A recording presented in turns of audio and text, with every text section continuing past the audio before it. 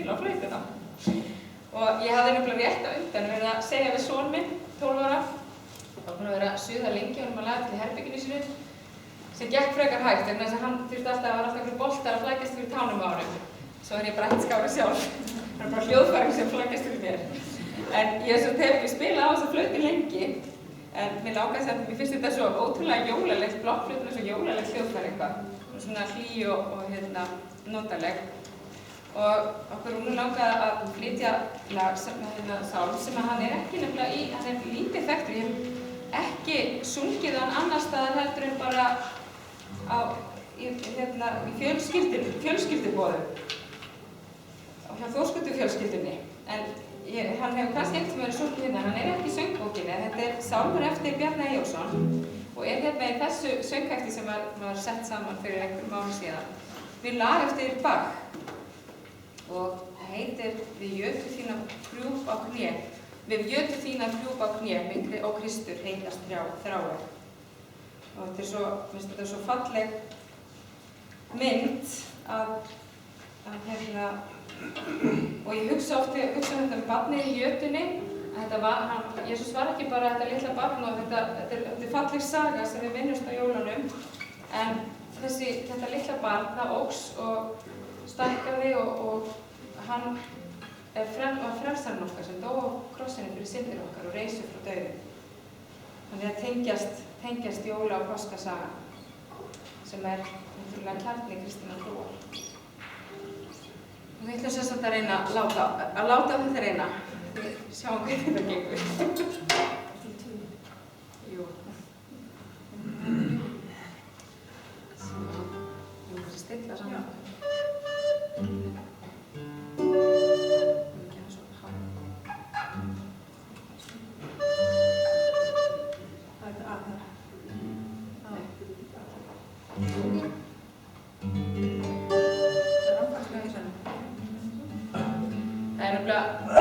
Vandinn með þessi hljóðfæri að þau afstillast svo í svona kulda. Og við langar gemst við óreif.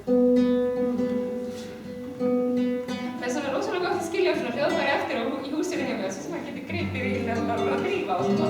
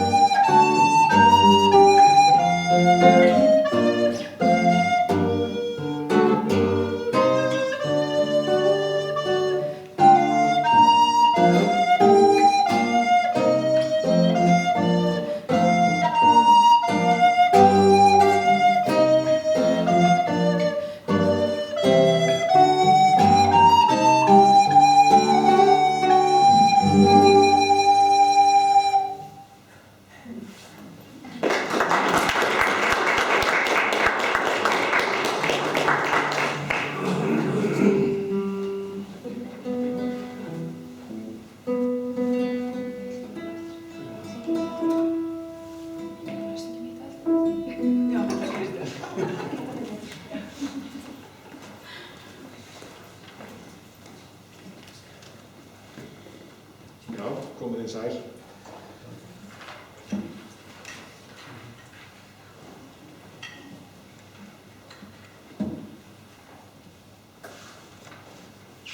Sjá, ég boða yður mikinn fögnuð.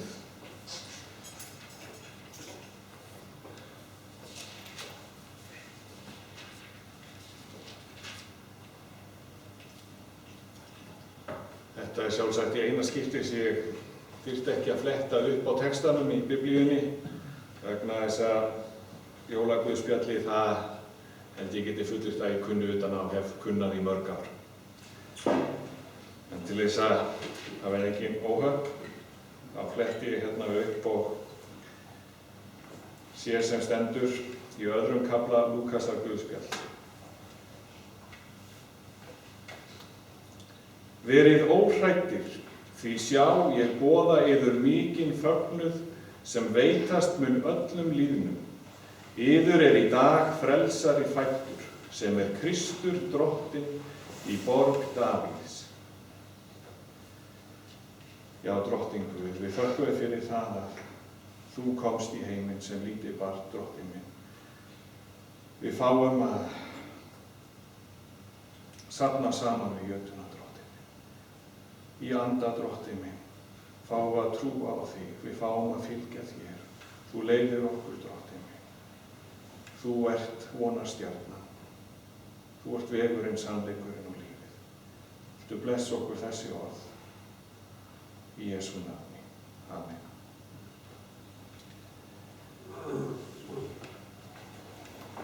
Það eru nokkrar myndir sem koma upp í huga mér þegar ég hugsa jól. Ég svo heppinn að þær eru flestar jákvæðar og fagrar. Það þakkarvert að eiga góða minningar í tengslu við þessa hátíð sem jólin eru. Og ég held að sé okkur mikilvægt að rifja upp og hlú að minningum. Við heyrum jólalög og sálma sem ylja okkur hjartarætur. Við heyrum jólaguðspjallið eða lesum það sjálf og það spretta fram í huga okkar myndir. Myndir af jólum, persónulega myndir. Hafið þið prófað að loka augunum og skoða myndina sem kemur fyrst upp í huga ykkar þegar þið heyrið jólaguðspjallið eða annað tengt jólunum og fæðingu frelsarans. Hafið þið gert það? Tengist myndin þín þeirri stund? Boðin kom skrásetningu og Jósef fórnaði höndum. Ég held að hljóta hafa gert það. Það er ekkert grín að fara með kasólétta konu langa leið. En sjálfsagt er það ekki myndin sem kemur upp í huga ykkur. Í hugum margra held ég að sé einmitt mynd af Jósef leiðandi kasólétta Maríu á asnanum, undir stjörnubjörtum himni, eða kannski þegar þeim vísað frá gistihúsinu. Kannski áttu þeir mynd af vitringunum sem fylgdu stjörnunni því þeir skynjuðu að eitthvað stórkostlegt var að fara að gerast. Kannski er það svo bara einhver allt önnur mynd sem kemur upp í huga þér. En það er víst fleira en sjón og heyrn sem getur vakið til lífs gamlar minningar. Það hefur verið rannsakað í þaula af vísindamönnum að af skilningavitunum er lyktarskynið það sem framkallar minningar með hvað skýrustum hætti. Já, ef við finnum lykt af einhverju sem tengist með sérstökum hætti einhverjum atburði eða tímabili í líf okkar og það hafa kannski liðið mörg ár frá því við fundum þessa lykt, þá geysast minningarnar fram. Þetta höfum við sjálfsagt flest upplifað og vonandi á jákvæðan hátt. Hvort sem að þið eigið sjálf börn eða ekki, þá hafið þið væntanlega flest haldið á nýfæddu eða nokkurra daga gömlu barni. Ilmurinn af nýfæddu barni er einstakur. Það held ég að allir geti verið sammála. Jólaguðspjalli fjallar einmitt nýfætt barn og með þessu barni hefjast fyrstu jólin. Ilmurinn af nýfættu barni, ilmurinn af heigi í fjárhúsi, ilmurinn af reykelsi og myrru. Þetta ilmurinn af fyrstu jólum. Ég sjálfur ekki alveg nógu gamall til þess en ég þykist vita að lyktin af eplum framkalli minninga frá jólum í hugum margra ykkar. Svo oft hef ég heyrt fólk sem kannski aðeins komið yfir miðjanaldur lýsa hvernig beðið var í ofvæni eftir þessum eina eplakassa sem keyptur var fyrir jólin. Einhver hér sem kannast við það? Á okkar tímum fátt hversdagslegra en rauð og safarík epli. Og sjálfsagt hefur minningavakið í þeim eitthvað dofnað, en ég held ég viti hvað ég að meina. Í hugum flestra rósrauður bjarmi yfir jólunum og búið að snjóa yfir flestar þær misfellur sem kunna hafa orðið í jólahaldinu. Þetta eitt og sér þakkarvert og dýrmætt. Þannig hefur einmitt Guð skapað okkur. Að þrátt fyrir alls konar sorg og erfiðleika, þá eru það góðu minningarnar sem lifa og gnæfa yfir þær slæmu. Þannig það líka hjá Guði, að þegar við iðrumst synda okkar, þá eins og Guð segir sjálfur í Jesaja 43. kafla, ég einn afmái brot þín, sjálfs mín vegna, og minnist ekki synda þín. Guð staðfestir þetta svo í Hebreabréfinu þegar hann segir: því að ég mun vera vægur við misgjörðir þeirra og ég mun ekki framar minnast synda þeirra. Munurinn á okkur og Guði að þrátt fyrir að við fyrirgefum eitthvað, þá eigum við erfitt með að gleyma. En þegar Guð segist ekki að minnast synda okkar framar, þá meinar hann. Syndin horfin að eilífu, gleymd að eilífu, hreinsuð burt í blóði Jesú. Minningar geta verið grundvöllur jarðneskrar vonar. Einhvern tíma heyrði ég lýsingu á líklegri vetrarvist fjallaeyðins og Höllu á hálendi Íslands. Það var napurleg lýsing á kjörum útlagans. Stutt heimsókn í Herðubreiðalindi þar sem skoða má agnarsmáan hellisskúta, þar sem talið að þau hafi dvalið veturland, staðfestir hve ömurlegt þetta líf í útlegð hlýtur að hafa verið. Það sem vakti þá helst athygli mína var það sem fullyrt var að hefði haldið þeim gangandi í þessum kulda og vosbúð og myrkri og snjóbyljum og hungri. En það hljóti að hafa verið minningarnar frá hinum stuttu sumrum þegar sólin skein, hlýnaði í hverri sál og litfögur blóm lifna. Þið getið rétt ímyndað ykkur hve hörð vist þetta hefur verið. Þau hafi þurft að varðveita vel minningarnar í huga sér frá þessum fáu hlýju sumardögum til að komast í gegnum veturinn. Þessar minningar gáfu þeim von sem var þeim nauðsynleg til að komast í gegnum veturinn. Svo fullyrti leiðsögumaðurinn allavega. Hvort þetta hafi verið rétt ályktun hjá honum veit ég auðvitað ekki, en ég held að hljóti að vera að minningin hlýja sumardaga hafi veitt þeim einhver efna. Ég velti því samt fyrir mér á staðnum hvort að þau hafi einmitt haldið jól. Kannski sungu þau sálma. Minningar geta líka verið grundvöllur andlegrar vonar. Vonar eilíft líf og frelsi frá hinu illa. Nú einmitt þess minnst sem gerðist á jólunum fyrir nákvæmlega 100 árum. Þegar hermenn í stríði Frakka og Þjóðverja lögðu niður vopn í miðju stríði og sameinuðust yfir jólin í sálmasöng, kaffispjalli og leik. Þarna gerðist hið óhugsandi. Stríð breyttist í frið. Heilagleiki jólanna og minningar hermannanna tengdar þeim réðu það mestu að stríðstóla glamur stórveldana þagnaði. Hugsið ykkur, til að menn gætu sameinast við fætur nýfædds barns sem var svo fátækt að það fæddist í fjárhúsi og var lagt í jötu. Ég sé fyrir mér stjörnubjartan himinn þögn og alltumlykjandi heilarleika, þessa nótt fyrir 100 ára. Og ég sé það sama fyrir mér nóttina sem Jesús fæddist. Það var ekki sterk boðun sem ég ólst upp við á mínu heimili. Við fórum aldrei í kirkju og svo framvegis, en jólanótt fyrir mér sem barni var stórkostleg og hún var heilög og ég vissi af Guði og ég bað til Guðs. En fyrst og fremst þá skynjaði ég heilarleika þessara hátíðar. Jólin eru tími sátta og samlyndis. Jólin eru tími þar sem við viljum geta borðað góðan mat. Jólin eru tími þar sem við fáum tækifæri til að hlusta á boðskapi. Jólin eru tími þar sem við sjáum svo margt í kringum okkur umbreytast.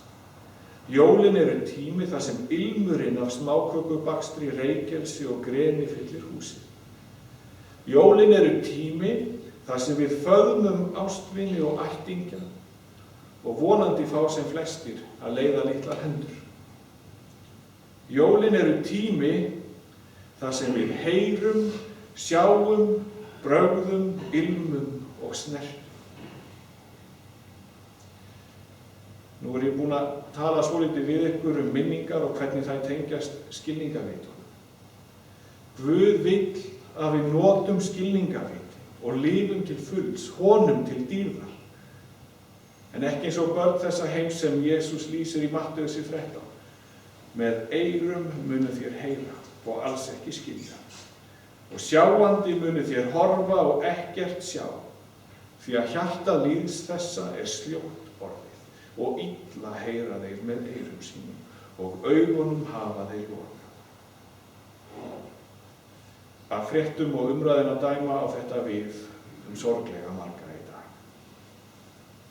Biðjum Guð að opna augu þeirra og eyru. Þegar við sem trúum, horfum, hlustum, brögðum, ilmum og snertum, skulum við gera það af ákafa og gleði, en allt Guði til dýrðar. Því það hann sem við eigum að elska af öllu hjarta, allri sálu og öllum huga okkar. Já, við eigum að elska Guð af öllum mætti. Þessa ást okkar til Guðs getur við svo staðfest í því sem kalla má verklega hluta þessa boðorðs, þar sem við erum beðin að elska náungan eins og sjálf okkur. Það að mörgu leyti erfiðara heldur en að játa ást sína á Guði, elska Guð. Andi jólanna að mæta hverju manni eins og Jesús sjálfan væri að ræða, með elsku og örlæti. Guð gefa okkur öllum gleðileg jól. Drottinn Guð,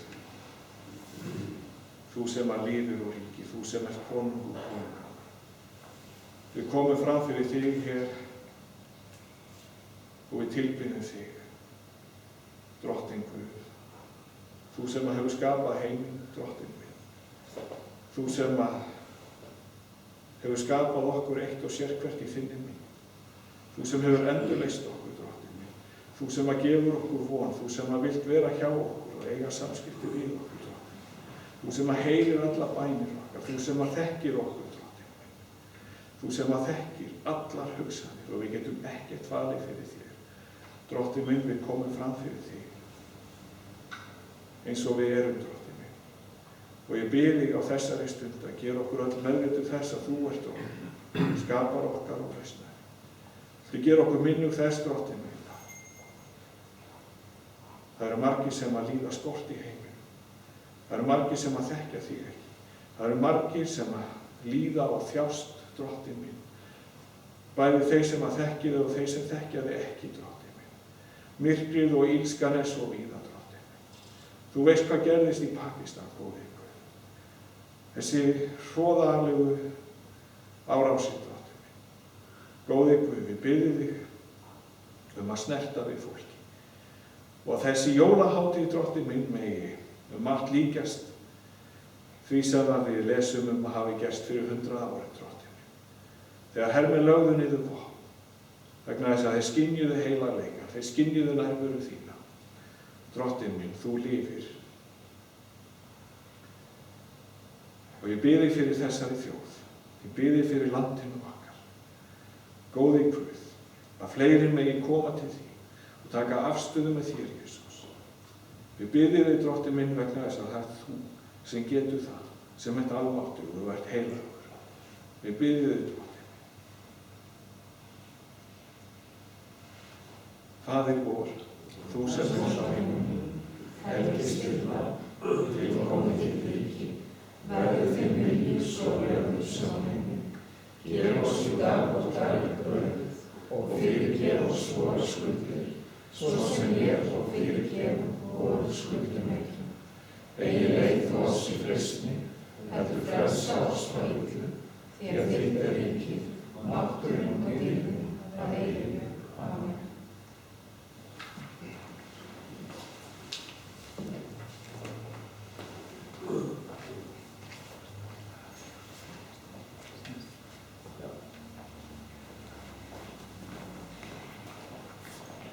Já, við skulum nú syngja saman salmi nr. 34, titrar allt himna og heim. Það er svona uppáhalds jólasálmurinn minn, mjög vægt þennan sálm, sem eftir Bjarna Jónsson. En hann er ekki mikið þekktur, ég hef ekki heyrt hann sunginn annars staðar, heldur en í þessu samfélagi og hann er ekki mikið þekktur. Þetta er fallegt lag og yndislega fallegur texti líka.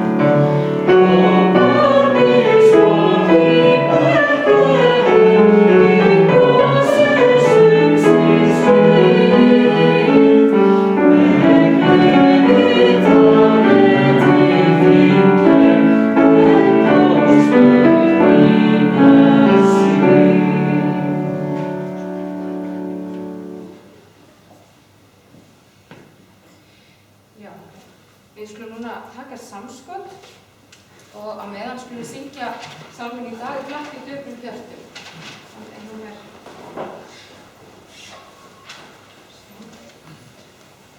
númer 30.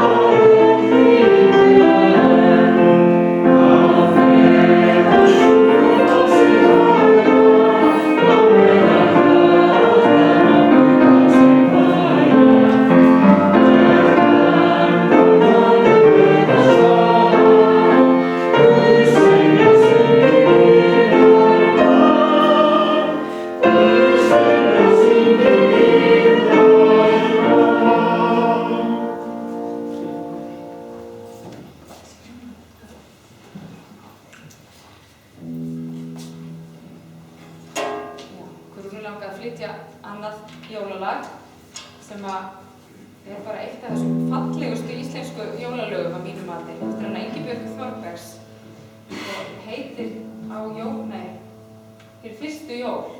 Já, það dimmir og hljóðnar í Davíðsborg.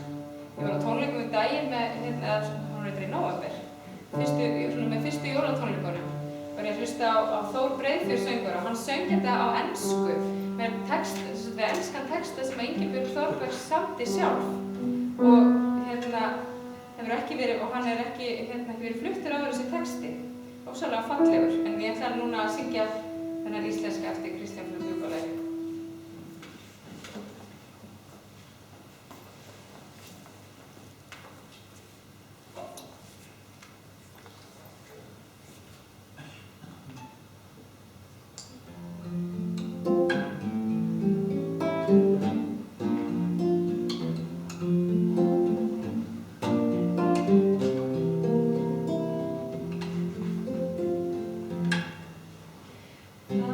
dimmir og hljóðna í Davíðsborg, í dvala sig strætin þakka, í bæn hlýtur svölun brotlaus sá, frá brunni himneskra þakka.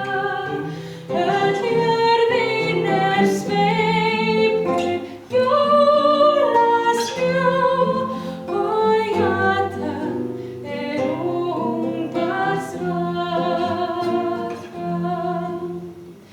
Og stjarnaskín gegnum skýjahjúp, með skærum lýsandi bjarma, og inn í fjárhúsi birtan berst, og barnið réttir út arma. En móðirin sælasti svanni heims, hún sefur með brosum hvarma. Og hjarmaður birtist húsið allt, ber höfga reykjast samdan. Í huga flytur hann himni þökk, og hjarðir reifast rangan. Svo gerir hann krossmark, grípur fram og kyssir barnið á vangann.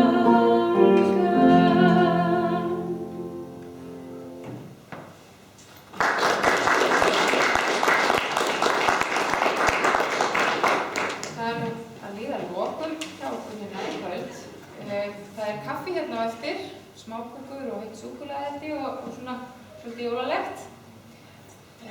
Í samskotin komu 46.346 krónur. Við þökkum fyrir það og biðjum Guð að blessa þessa fjármuni. Það eru þar sem að aðfangadag og gamlársdag fer upp á miðvikudaga. Þá eru ekki samkomur hér á þessum dögum. En þá ekki rétti bara næsta samkoma er þá 7. janúar. Já, 7. janúar er sem sagt næsta samkoma. Það verður svolítið langt hlé núna þessi jól. Einhverju fleiri auglýsingar sem það má koma fram. Þannig að segja bara, óska ykkur bara öllum gleðilegra hátíðar. Við megum njóta hátíðarinnar og muna eftir því hvers vegna við höldum jólin. Við skulum enda því að standa á fætur og syngja saman Fögru foldin með 24.